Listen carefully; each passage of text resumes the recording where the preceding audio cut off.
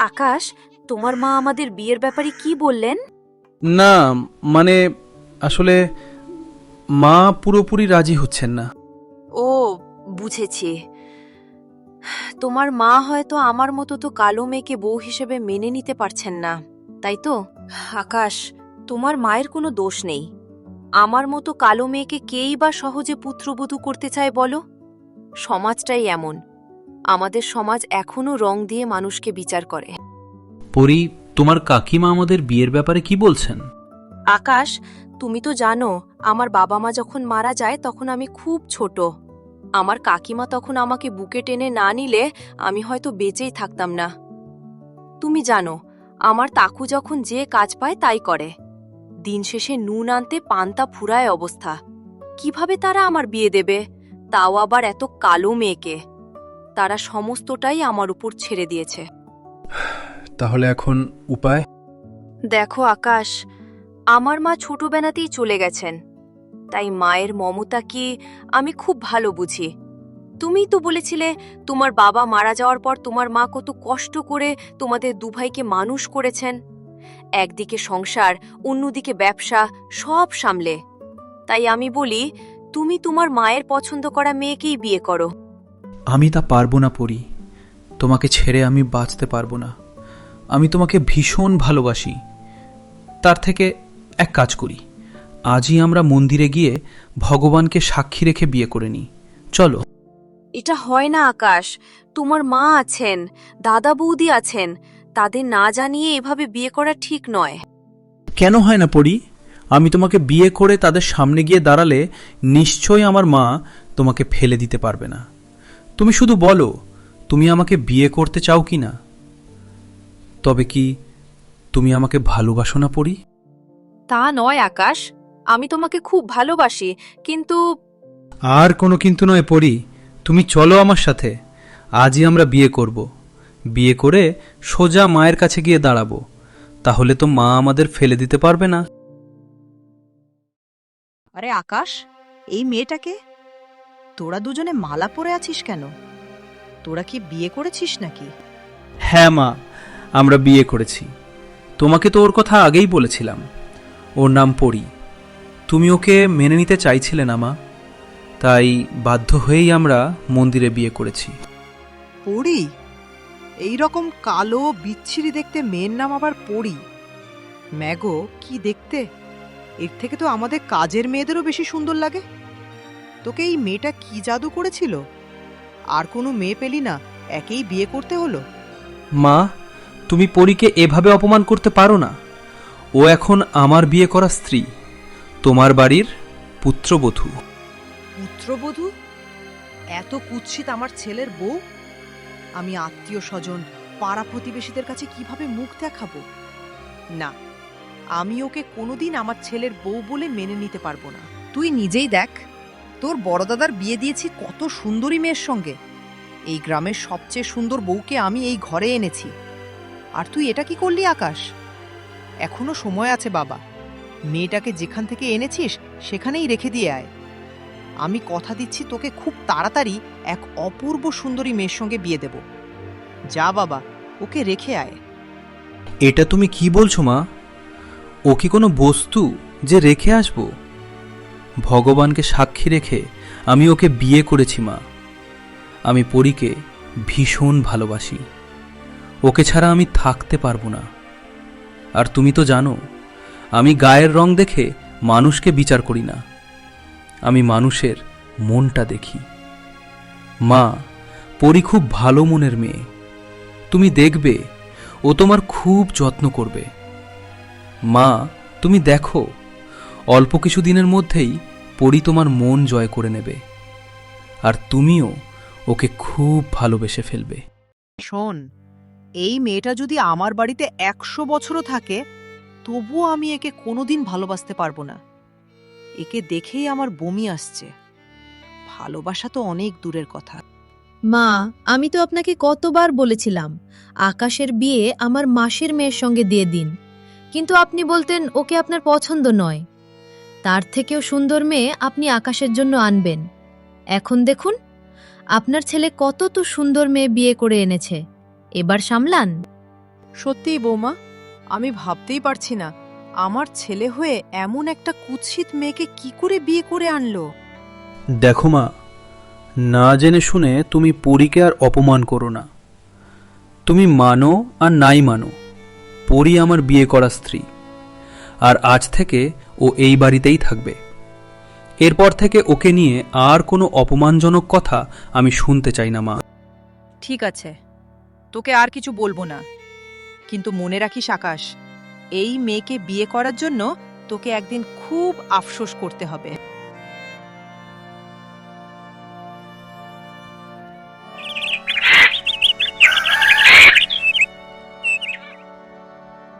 বৌমা, শুনছো? সকাল গড়িয়ে দুপুর হতে চলল, আর এখনো এক কাপ চা পেলাম না। ও বৌমা, কোথায় তুমি? এই নিন মা আপনার চা। এ কি, তুমি এখানে কেন? আমার সামনে আসতে তোমাকে কে বলেছে? আপনি চা খাবেন বলে বৌমা বৌমা বলে ডাকছিলেন, তাই আমি ভাবলাম। ও, তাই তুমি নিজেই চা নিয়ে চলে এলে? তোমার এত সাহস হলো কি করে আমাকে চা দেওয়ার? আর তাছাড়া আমি বৌমা বলে ডাকছিলাম, তোমাকে তো আমি আমার ছেলের বউ বলেই মনে করি না। তাহলে তুমি কি করে ভাবলে যে আমি তোমাকেই ডাকছিলাম? বড় বৌমা, ও বড় বৌমা, তাড়াতাড়ি একবার এখানে এসো। মা, আমাকে ডাকছিলেন? বৌমা, তুমি তো প্রতিদিনই আমাকে চা দাও, তাহলে আজ ওকে কেন পাঠিয়েছো? আমি তো আপনাকে চা দেওয়ার জন্য ওকে বলিনি মা। আমি ওকে চায়ের জল বসাতে বলে আমি ঘরের একটা কাজ করছিলাম, সেই সুযোগেও নিজেই আপনাকে চা দিতে চলে এসেছে, আপনার কাছে ভালো সাজার জন্য।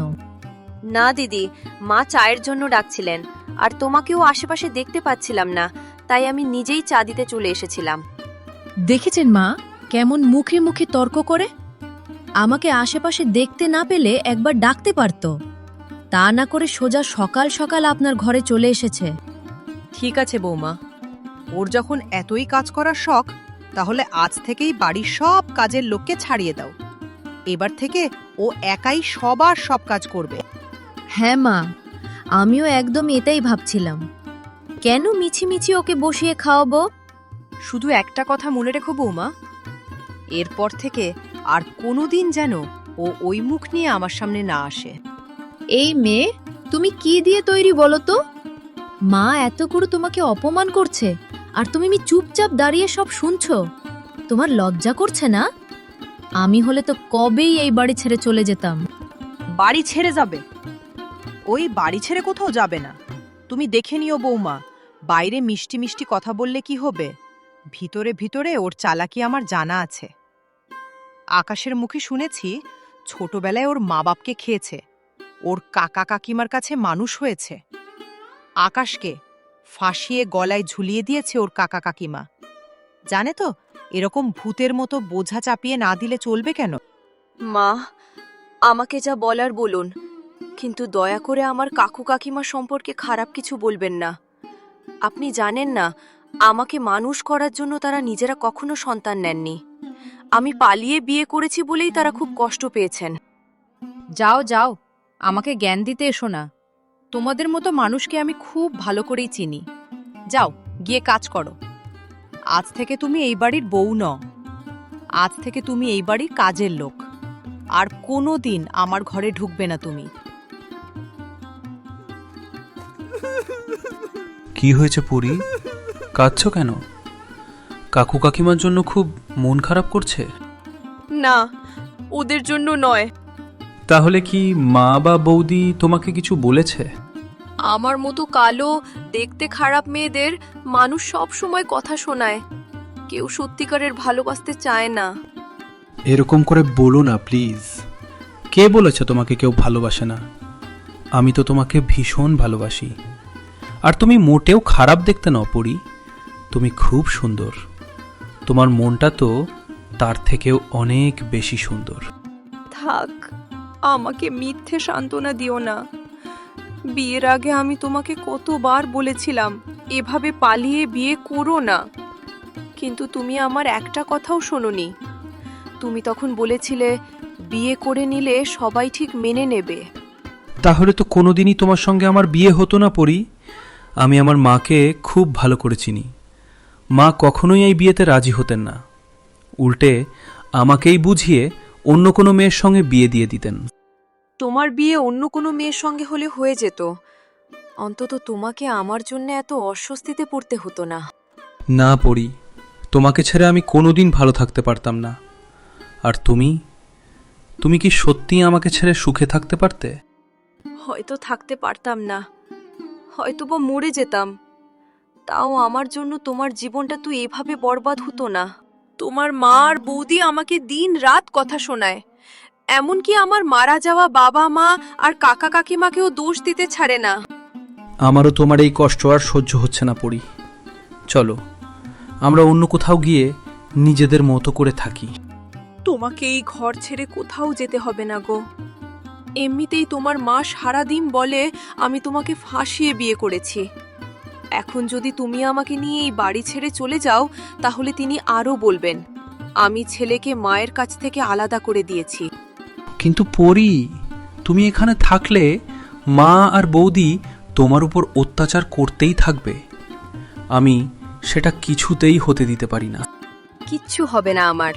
যতক্ষণ তোমার ভালোবাসা আমার সঙ্গে আছে, ততক্ষণ যত অত্যাচারী আসুক না কেন, আমি সব মুখ বুজে সহ্য করে যাব। আমি ঈশ্বরের কাছে কৃতজ্ঞ তোমার মতো একজন মানুষকে পেয়েছি, যে আমার চেহারা দেখে নয়, আমার মন দেখে ভালোবেসেছে।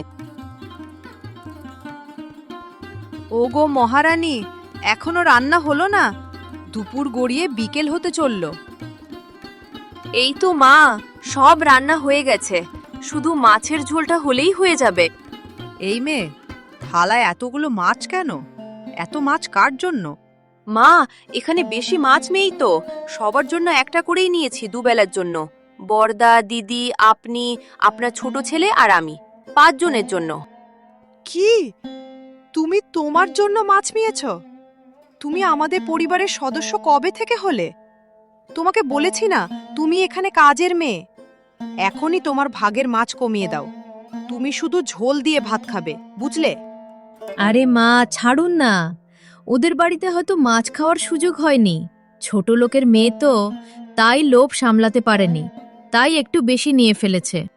ঠিক বলেছ বৌমা।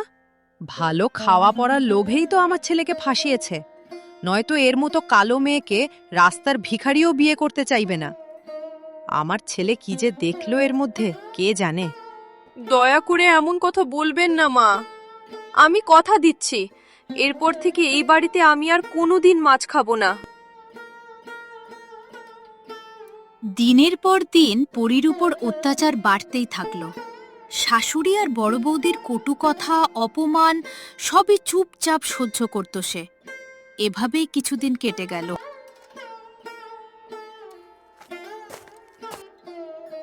বড় বৌমা, ছাদে আমি আমার সবচেয়ে দামি শাড়িটা শুকোতে দিয়েছিলাম, এখন সেটা খুঁজে পাচ্ছি না। তুমি কিছু জানো, দেখেছো নাকি? না তো মা, আজ আমি একবারও ছাদে যাইনি। তাহলে আমার এত দামি শাড়িটা কোথায় গেল? শাড়ির তো আর ডানা নেই যে উড়ে যাবে। আমার তো মনে হচ্ছে আপনার ছোট ছেলের বউই শাড়িটা চুরি করেছে। দামি শাড়ি দেখে হয়তো লোভ সামলাতে পারেনি। মা, আপনি কি এই শাড়িটা খুঁজছিলেন? শাড়িটা ছাদ থেকে নিচে ধুলোয় পড়েছিল, তাই আমি ভালো করে ঝেড়ে ইস্ত্রি করে নিয়ে এলাম। মা, ওর কথা আপনি একদম বিশ্বাস করবেন না। শাড়িটা ও নিজেই চুরি করেছিল। এখন আপনি খোঁজাখুঁজি করছেন বলে ধরা পড়ে যাওয়ার ভয় পেয়েছে, তাই এখন শাড়িটা বের করে ভালো সাজছে। এটা তুমি কি বলছো দিদি? আমি কেন মায়ের শাড়ি চুরি করব? আমি তো কোথাও বাইরে বেরোই না। তাহলে ভালো শাড়ি চুরি করে আমার লাভ কি? কেন মিছিমিছি আমাকে চুরির বদনাম দিচ্ছ দিদি? চুপ, একদম চুপ। তুই আমার লক্ষ্মী বৌমার সঙ্গে মুখে মুখে তর্ক করছিস? তোর সাহস তো কম নয়। বৌমা একদম ঠিকই বলেছে। তুই শাড়িটা চুরি করে রেখেছিলি যাতে সুযোগ বুঝে কাকা কাকিমার কাছে পাঠাতে পারিস। তোদের মতো ছোট লোকদের আমি খুব ভালো করেই চিনি।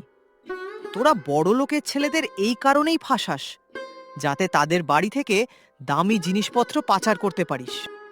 মা, আমাকে আপনি যা খুশি বলুন, কিন্তু দয়া করে আমার দেবতুল্য কাকা কাকিমার সম্পর্কে খারাপ কিছু বলবেন না।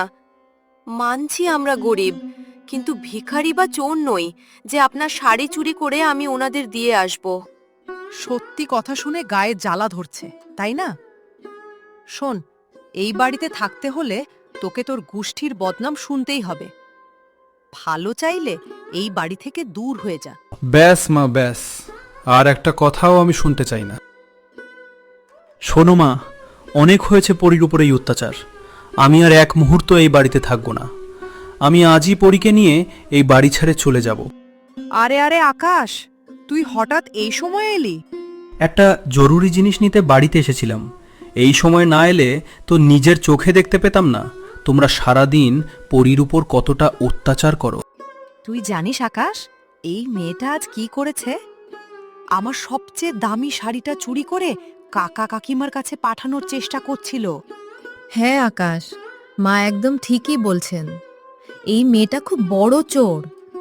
আজ হাতে নাতে চুরি করতে গিয়ে ধরা পড়েছে। চুপ করো বৌদি, চুপ করো। পরীর উপর এত অত্যাচার করেও তোমাদের শান্তি হলো না? এবার ওর নামে চুরির বদনাম দিচ্ছ। ছি, তোমাদের লজ্জা পাওয়া উচিত। আর কত অত্যাচার করবে তোমরা? পরী মাছ খেতে কত ভালোবাসে সেটাও তোমরা বন্ধ করে দিয়েছ। প্রতিদিন রাতে মেয়েটা গুমড়ে গুমড়ে কাঁদে, আর আমি স্বামী হয়ে কিছুই করতে পারি না। তোমরা কেমন মানুষ বলো তো? মেয়ে হয়েও আরেকটা মেয়ের কষ্ট বোঝো না। ও আচ্ছা, বউয়ের কষ্ট তো খুব বুঝছিস দেখছি। একবার মায়ের কষ্টটাও বুঝে দেখ। তোর এই কালো কুৎসিত দেখতে বউয়ের জন্য আমি পাড়া প্রতিবেশী আত্মীয় স্বজনদের সামনে মুখ দেখাতে পারি না। লোকজন কত কথা শোনায়। আমার সেই কষ্টের বোধহয় তোর কাছে কোনো মূল্যই নেই। ঠিক আছে মা, এরপর থেকে আর পরীর জন্য তোমাদের কারো কাছে অপমানিত হতে হবে না। আমি সেই ব্যবস্থাই করছি। আমি আজই পরীকে নিয়ে চিরদিনের জন্য এই বাড়ি ছেড়ে চলে যাব। আর পাড়া প্রতিবেশী আত্মীয় স্বজন জিজ্ঞেস করলে বলে দিও তোমার ছোট ছেলে আর তার বউ মরে গেছে। আরে তুমি এসব অলক্ষণে কথা বলছো কেন? তুমি চুপ করো পরী। এতদিন আমি চুপ ছিলাম, আর তুমি মুখ বুজে সব অত্যাচার সহ্য করে গেছো। আর নয়, এখন আমি যা বলবো তুমি সেটাই শুনবে। আমি তোমাকে ভালোবেসে বিয়ে করেছি, কোনো অন্যায় করিনি। স্বামী হিসেবে তোমাকে ভালো রাখা আমার কর্তব্য। এখানে থাকলে তুমি কিছুতেই ভালো থাকতে পারবে না পরী। ঠিক আছে, তুই যখন তোর বউয়ের জন্য বাড়ি ছেড়ে চলে যাওয়ার সিদ্ধান্ত নিয়েই ফেলেছিস, তখন আমি তোকে আটকাবো না। কিন্তু মনে রাখিস, আমার এই বিষয় সম্পত্তি, ব্যবসা এর এক কানাকড়িও তুই পাবি না। আমি আমার সমস্ত সম্পত্তি আর ব্যবসা তোর বড় দাদার নামে লিখে দেব। মা, তোমার এই বাড়ি সম্পত্তি ব্যবসার প্রতি আমার বিন্দুমাত্র লোভ নেই। তুমি চাইলে সব দাদার নামে লিখে দাও, কিংবা অনাথ আশ্রমে দান করে দাও। তাতেও আমি এতটুকু বিচলিত নই। তবে একটা কথা মনে রেখো মা, আজ আমি যদি এই বাড়ির চৌকাঠ পেরিয়ে যাই, তাহলে এ জীবনে আর কোনো দিন এই বাড়িমুখো হব না। এদের যেতে দিন মা। দুদিন যেতে না যেতেই যখন বাস্তবের মাটিতে পা পড়বে, অভাব যখন দরজা দিয়ে ঢুকবে, তখন ভালোবাসা জানলা দিয়ে পালাবে। দেখবেন কিছুদিন পর নিজেরাই ফিরে এসে ক্ষমা চাইবে। কে কার কাছে ক্ষমা চাইবে তা সময় ঠিক করে দেবে। চলো পড়ি, আর এক মুহূর্ত এখানে নয়, এসো আমার সঙ্গে। এর কিছুক্ষণ পরই আকাশ আর পরী চিরদিনের মতো সেই বাড়ি ছেড়ে বেরিয়ে পড়ল। সবকিছু ছেড়ে আকাশ আর পরী নতুন করে জীবন শুরু করলো একটা ছোট্ট ভাড়া বাড়িতে। ঘরটা বোধহয় তোমার পছন্দ হয়নি, তাই না পড়ি? না গো, আমার খুব পছন্দ হয়েছে। স্বামীর ঘরই তো মেয়েদের আসল ঘর। আমরা গাছতলায় ঘর বাঁধলেও আমার বিন্দু মাত্র অভিযোগ থাকবে না গো। শুধু আমাকে এভাবেই সারা জীবন ভালোবেসো, এইটুকুই তোমার কাছে আমার চাওয়া। সংসার চালানোর জন্য আকাশ প্রতিদিন নতুন কাজের খোঁজে বাইরে বেরিয়ে পড়ত। কি গো, আজ কিছু কাজের খবর মিলল? না। নিজের বাড়ি ব্যবসা সব ছেড়ে তুমি কত কষ্ট করছো বলো তো? তোমার মতো বড় ব্যবসায়ীর কি এভাবে কাজ খুঁজে বেড়ানো মানায়? এই রোদের মধ্যে প্রতিদিন কাজের জন্য ঘুরে বেড়াও। ছোটবেলা থেকে কত আরামের মধ্যে মানুষ হয়েছো তুমি। আমি তোমাকে কতবার বলেছিলাম আমার জন্য এভাবে বাড়ি ছেড়ে বেরিয়ে এসো না, কিন্তু তুমি আমার একটা কথাও শোনোনি। কষ্ট আমি হাসি মুখে সহ্য করে নেব পড়ি, কিন্তু তোমার চোখের জল আমি আর সহ্য করতে পারি না। তুমি কেন বোঝো না পড়ি, আমি তোমাকে ভীষণ ভালোবাসি। কেউ তোমাকে কষ্ট দিলে আমারও খুব কষ্ট হয়। আমি জানি তুমি আমাকে ভীষণ ভালোবাসো, কিন্তু আমাদের এই অবস্থার জন্য দায়ী আমার এই কালো কুৎসিত চেহারা। আমি যদি একটু ফর্সা আর সুন্দর হতাম তাহলে হয়তো কোনো সমস্যাই হতো না। না পড়ি, সমস্যা তোমার রূপে নয়, সমস্যা কিছু মানুষের চিন্তা ভাবনা আর মানসিকতায়। ওরা মানুষকে বাইরের চেহারা দেখে বিচার করে, কিন্তু ভেতরের মনটা দেখে না।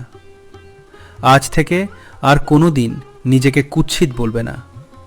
আমার চোখে তুমি পৃথিবীর সবচেয়ে সুন্দর মেয়ে।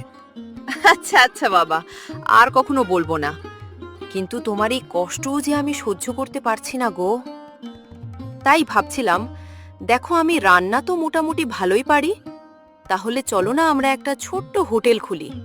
হ্যাঁ, প্রথমে হয়তো আয় কম হবে, কিন্তু আমার বিশ্বাস সততা আর পরিশ্রম দিয়ে আমরা একদিন ঠিক দাঁড়িয়ে যাব। আরিপাস, হোটেল খুললে তো পরিশ্রম কম হবে না, আর তাছাড়া এখন কাজের লোকের টাকা দেওয়াও আমাদের পক্ষে মুশকিল হবে। এখন লোক রাখার দরকার নেই, আমরা দুজনে পরিশ্রম করেই হোটেলটা দাঁড় করাবো। তুমি বরং আশেপাশে খোঁজ নিয়ে দেখো কোথাও সস্তা ভাড়ায় একটা দোকান পাওয়া যায় কিনা। বেশ, তুমি যখন বলছো তাহলে আমি কাল থেকেই দোকান খোঁজা শুরু করব। অবশেষে কয়েকদিন খোঁজাখুঁজির পর আকাশ একটা ছোট্ট দোকান ভাড়ায় পেল আর পরীকে সেটি দেখাতে নিয়ে গেল। পড়ি, তোমার কি দোকানটা পছন্দ হয়েছে? আসলে আমার কাছে যা টাকা ছিল তা দিয়ে এর থেকে বড় দোকান আর পেলাম না। আমার খুব পছন্দ হয়েছে গো। যারা আজ বড় হয়েছে তারা সবাই তো ছোট থেকেই শুরু করেছিল। কিন্তু পড়ি, এত লোকের রান্না তুমি করবে? খুব কষ্ট হবে তোমার। না গো, আমি ঠিক সামলে নেব।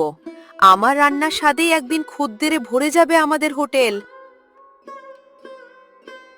এর কিছুদিনের মধ্যেই পরী আর আকাশ তাদের ছোট্ট হোটেলটি চালু করলো। দুজনের অক্লান্ত পরিশ্রম, মিষ্টি ব্যবহার আর পরীর সুস্বাদু রান্নার গুণে প্রথম থেকেই হোটেলটি রমরমিয়ে চলতে লাগলো। পরীর রান্না আর দুজনের পরিশ্রমের ফলে ব্যবসা এতটাই ভালো চলতে লাগলো যে অল্প দিনের মধ্যেই তারা হোটেলটা বড় করে ফেলল। দেখতে দেখতে তাদের ভাগ্য পুরো বদলে গেল। কিছুদিনের মধ্যেই পরী আর আকাশ শহরে আরও দুটো বড় রেস্টুরেন্ট খুলল। ভাড়া বাড়ির কষ্ট পেরিয়ে এবার তারা নিজেদের তৈরি সুন্দর বাড়িতে নতুন জীবন শুরু করল। একদিন পরী বাজার থেকে কিছু কেনাকাটা করে বাড়ি ফিরছিল। হঠাৎ রাস্তার পাশে বসে থাকা এক ভিখারির দিকে তার চোখ পড়ল। ভিখারিকে দেখে সে আচমকায় থমকে দাঁড়িয়ে গেল। সে যেন নিজের চোখকেই বিশ্বাস করতে পারছিল না। বাবুরা, আমাকে একটু ভিক্ষে দিন, দুদিন ধরে কিছু খাইনি, দয়া করে দুটো পয়সা দিন বাবুরা। পরী তার শাশুড়িকে চিনতে পেরে এগিয়ে গেল। মা, আপনি এখানে এই অবস্থায়? বৌমা, আমি আমার পাপের প্রায়শ্চিত্ত করছি মা। আমার সঙ্গে এটাই হওয়া উচিত ছিল। মানুষের কষ্টের মূল্য আমি বুঝিনি। আজ তাই ভাগ্য আমাকে এই জায়গায় এনে দাঁড় করিয়েছে। আপনি আমাকে বৌমা বলে সম্বোধন করেছেন, এইটুকুতেই আমি খুশি মা। চলুন মা, আমার সঙ্গে চলুন। কোথায় যাগো বৌমা? আমার তো আর কোথাও যাওয়ার জায়গা নেই। কে বলেছে মা আপনার কোথাও যাওয়ার জায়গা নেই? একজন মা কখনো আশ্রয়হীন হন না। তার সন্তানের ঘরই তো তার আসল ঠিকানা। আপনার নিজের ছোট ছেলের বাড়ি আছে মা, যেখানে আপনার জন্য দরজা আজও খোলা আছে। না না বৌমা, তা হয় না। কোন মুখে আমি সেখানে যাব? আকাশকে কিভাবে আমি মুখ দেখাবো? তুমি যাও মা, তোমরা সুখে থাকো। আজ আপনাকে আমার কথা শুনতেই হবে মা, না হলে কিন্তু আমি জোর করেই আপনাকে নিয়ে যাব। বাড়িতে গিয়েই সব কথা শুনবো। চলুন। বাবা আকাশ, এত বড় বাড়ি বানিয়েছিস? হ্যাঁ মা, সবই তোমার আশীর্বাদ আর ভগবানের কৃপা। না বাবা, আমি তো তোদের শুধু অপমান আর গঞ্জনাই দিয়েছি। ছোট বৌমাকে মানুষ বলেও মনে করিনি। উঠতে বসতে কত অত্যাচার করেছি। মেয়েটা আমাকে মা বলে সম্মান করত, আমি তাকেই সবচেয়ে বেশি কষ্ট দিয়েছি। আর সেই পাপের ফলেই আজ আমার এই অবস্থা। ভগবান আমাকে আমার অন্যায় শাস্তি দিয়েছেন বাবা। ভিক্ষে করেও একবেলা পেট ভরে খেতে পাই না, আর সবটাই আমার নিজের কর্মের ফল। মা, এবার বলো তো, তোমার এই অবস্থা হলো কি করে? কিভাবে তুমি এভাবে রাস্তায় এসে দাঁড়ালে? তোরা দুজন সেদিন বাড়ি ছেড়ে চলে আসার পর তোদের উপর রাগ করে কিছুদিনের মধ্যেই আমি আমার সমস্ত সম্পত্তি, ব্যবসা, সবকিছু তোর বড় দাদার নামে লিখে দিলাম। কিন্তু তার কিছুদিন পর থেকেই আমার উপর শুরু হলো তোর বড় বৌদির অত্যাচার। যে অত্যাচার একসময় আমি পরীর উপর করতাম, সেই একই কষ্ট আমাকেই সহ্য করতে হলো। তারপর একদিন তোর দাদা আর বৌদি আমার কাছে এলো।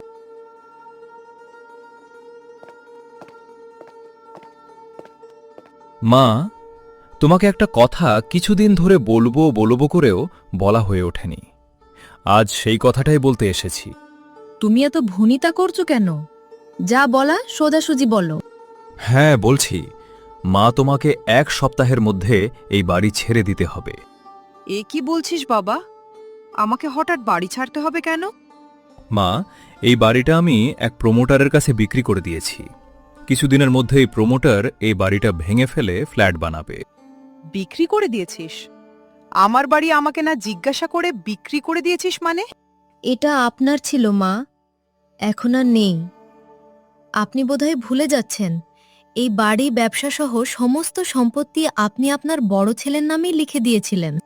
শর্ত অনুযায়ী প্রমোটার আমাদের অন্য জায়গায় একটা ফ্ল্যাট দিয়েছে। আমরা সেখানেই চলে যাচ্ছি মা। আমরা অন্য জায়গায় চলে যাব? আপনি নন মা, শুধু আমরা চলে যাব ওই ফ্ল্যাটে। নতুন ফ্ল্যাটে তোমরা উঠবে? তাহলে আমি এই বয়সে কোথায় যাব? যেখানে খুশি যান। আপনার ঠিকাদারি নিয়ে কি আমরা বসে আছি? আমরা আর এই নিয়ে কথা বাড়াতে চাই না। চলো, আমাদের অনেক কাজ আছে।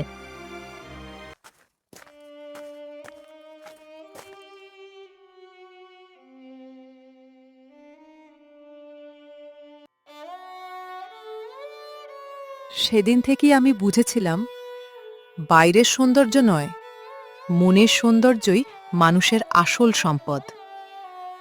ছোট বৌমা, তোমার সঙ্গে যে অন্যায় আমি করেছি, তার জন্য হাত জোর করে ক্ষমা চাইছি। পারলে আমাকে ক্ষমা করে দিও।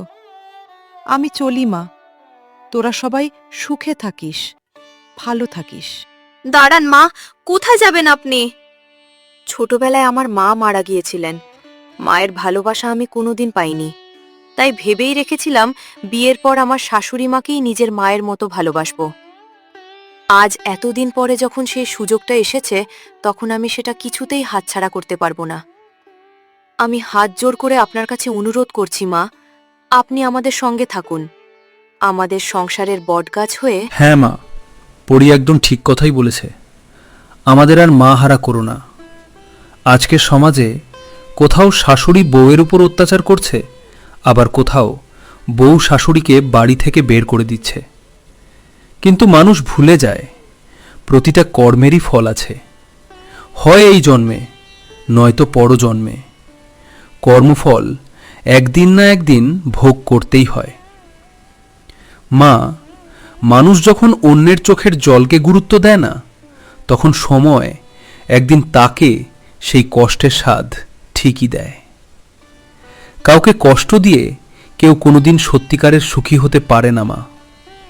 সময় সব হিসাব একদিন না একদিন ঠিকই মিলিয়ে দেয়। আজ আমরা যা করি কাল তার ফল আমাদের কাছেই ফিরে আসে মা। তাই সংসারে ভালোবাসা আর সম্মানটাই সবচেয়ে জরুরি। বন্ধুরা প্লিজ এক্ষুনি ভিডিওটা হাইপ করে দাও আইকন বারে গিয়ে। এই গল্পটা তোমাদের কেমন লাগলো এখনই কমেন্ট করে জানাও। আর দেরি না করে চটপট লাইক, শেয়ার, কমেন্ট আর সাবস্ক্রাইব করে দাও, যাতে তোমাদের জন্য আরও সুন্দর সুন্দর গল্প নিয়ে আসতে পারি। তাড়াতাড়ি কমেন্ট সেকশনে গিয়ে তোমাদের মতামত লিখে ফেলো।